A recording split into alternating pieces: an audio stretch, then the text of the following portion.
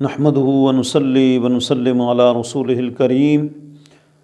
اما بعد فاعوذ باللہ من الشیطان الرجیم بسم اللہ الرحمن الرحیم۔ دنیا بھر میں ہمارے چینل کو دیکھنے والے ناظرین ناظرات سامعین سامعات، آج کا ہمارا موضوع ہے کہ دنیا کے اندر جو تجارت ہو رہی ہے یہ راہ جنت بھی بن سکتی ہے اور دوزخ کی راہ بھی بن سکتی ہے۔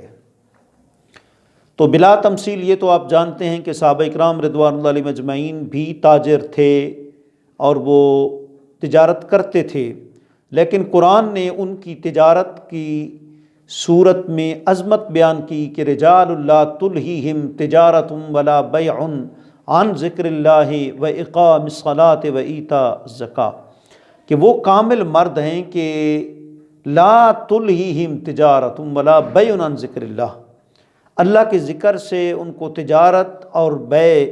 جو ہے کاروبار ان کو کبھی بھی غافل نہیں کر سکتا۔ وہ تجارت بھی کرتے تھے لیکن نماز کا ناغہ نہیں کرتے تھے، تلاوت بھی کرتے تھے لیکن زکوٰۃ کی ادائیگی بھی کرتے تھے۔ کیوں؟ صحابہ اکرام کی نظر کدھر تھی؟ قیامت والے دن پر تھی۔ تو لہٰذا تجارت جو ہے آقا رحمت صلی اللہ علیہ وآلہ وسلم نے ارشاد فرمایا کہ تاجر کے اندر اگر دو صفتیں پائی جائیں، دو خوبیاں پائی جائیں، ایک صداقت اور دوسرا امانت، تو فرمایا کہ وہ قیامت والے دن نبیوں کے ساتھ، صدیقین کے ساتھ اور شہیدوں کے ساتھ اٹھایا جائے گا۔ دیکھیں صداقت اور امانت آج نایاب ہوتی جا رہی ہے، لیکن قربان جائیں آقا رحمت صلی اللہ علیہ وآلہ وسلم کی عظمت پر کہ انت صادق و انت امین، ان کا جملہ جو ہے یہ غیر کہتے تھے، کافر کہتے تھے کہ آپ امین ہیں، آپ سچے ہیں۔ جی اگر یار غار یہ جملہ فرماتے تو پھر تو کوئی کہہ سکتا تھا وہ تو اپنے ہیں نا جی، حضور کے بارے میں کہہ دیا، لیکن حضور کا کردار، کریکٹر، سیرت اور بالکل معاملات کی، تجارت کی، ملک شام کے سفر کی صفائی دیکھ کر تو کہہ بیٹھے کہ آپ سچے بھی ہیں، اور ہمارے بھائی جو ہیں کافر، ہم ان کے پاس امانت رکھ کر اتنا اعتماد میں نہیں ہوتے جتنا آپ کے پاس رکھ کر اعتماد میں ہوتے ہیں۔ تو سرکار فرماتے ہیں جب تاجر کے اندر کیا ہوگی؟ صداقت ہوگی، امانت ہوگی، تو قیامت والے دن وہ انبیاء کے گروہ میں اٹھایا جائے گا۔ اور دوسری طرف سرکار فرماتے ہیں جو تاجر ہے، تاجر وہ فساق ہیں، وہ فجار ہیں، یعنی وہ ایک گناہ کرنے والے ہیں اور اللہ کی نافرمانی کرنے والے ہیں۔ تو ظاہر بات ہے کہ دونوں حدیث میں بظاہر تضاد ہے، دونوں حدیث میں بظاہر ٹکراؤ ہے۔ ایک حدیث سے پتہ چل رہا ہے کہ تاجر کی بڑی عظمت ہے، قیامت والے دن وہ نبیوں کے ساتھ اٹھایا جائے گا، یعنی وہ جنتی ہوگا، اور دوسری طرف کی حدیث سے پتہ چل رہا ہے کہ وہ جہنمی ہوگا کیونکہ وہ فاسق جی اور فجار میں اس کا شمار حضور نے کیا۔ تو بھائی اصل بات یہ ہے کہ تجارت کی بھی دو قسمیں ہیں۔ کچھ تاجر ایسے ہوتے ہیں کہ جو اللہ کی ذات کی طرف توجہ رکھ کے صداقت سے پیش آتے ہیں، سچائی کا کاروبار کرتے ہیں، جھوٹی قسمیں نہیں کھاتے، دغا بازی نہیں کرتے، دھوکہ بازی نہیں کرتے، ملاوٹ نہیں کرتے، تو یہ تاجر تو پہلی قسم میں داخل ہیں کہ یہ جنتی ہیں اور ان کا بڑا مقام ہے، انبیاء کے ساتھ ان کو اٹھایا جائے گا۔ اور دوسرے جو تاجر ہیں جو دھوکہ بازی کر جاتے ہیں، جی ویل للمطففین، یہ بھی تو تاجروں کے بارے میں ہلاکت آئی ہے نا کہ وہ مطلب ڈنڈی مارتے ہیں، دغا بازی کرتے ہیں، تو ظاہر بات ہے کہ وہ پھر قیامت والے دن جہنم میں جائیں گے۔ تو معلوم ہوا چیز ایک ہی ہے لیکن اس کے زاویے دو ہیں پرکھنے کے، کچھ اس کو، تو یہی تجارت ہے۔ ایک نیت آپ تجارت کی کر کے، تو یہ دنیا داری آپ یوں نہ سمجھے کہ یہ دنیا داری ہے، دینداری بھی بن سکتی ہے، نیت آپ کی اچھی ہو۔ مثلا ایک کھانا ہے، ایک بھوک ختم کرنے کی نیت سے بھی آپ کھا سکتے ہیں، اور زیادہ عبادت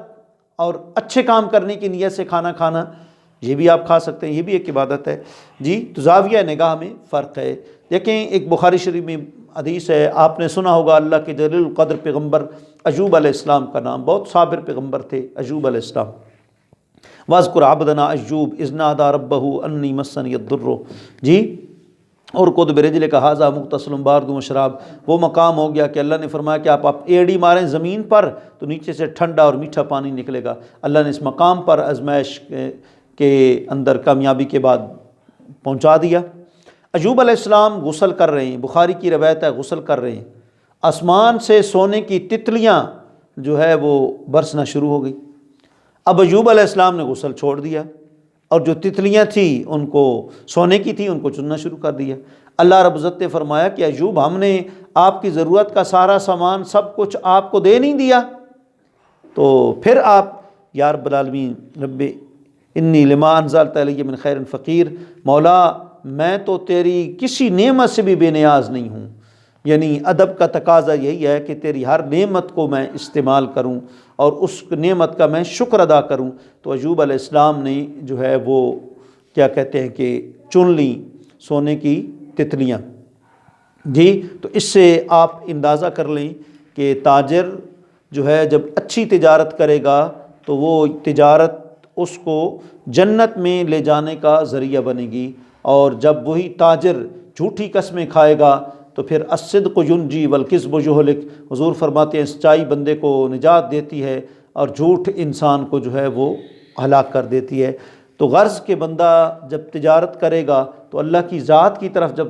توجہ کرے گا تو پھر اللہ کریم اس کو بڑا ہی نوازے گا۔ اور تجارت کے جو اصول ہیں، صبح جلدی اٹھیں، اپنی دکان کو جلدی کھولیں، جی اسی میں جو ہے وہ برکت ہے۔ صبح کے وقت کے لیے آقا علیہ الصلوۃ والسلام نے خصوصی طور پر جو ہے وہ دعا فرمائی ہے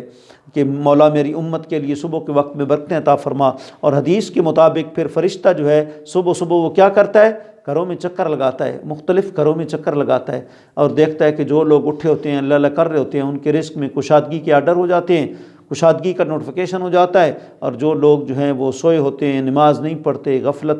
کی نیند جو ہے وہ غفلت کی گھاٹی میں اترے ہوتے ہیں، تو پھر ان کے رزق میں تنگی ہو جاتی ہے۔ اس لیے اللہ تعالیٰ فرماتا ہے من اعرض عن ذکری فإن له معیشۃ ضنکا، فرمایا کہ جو ہمارے ذکر سے منہ پھیرے گا، منہ موڑے گا تو ہم اس کے لیے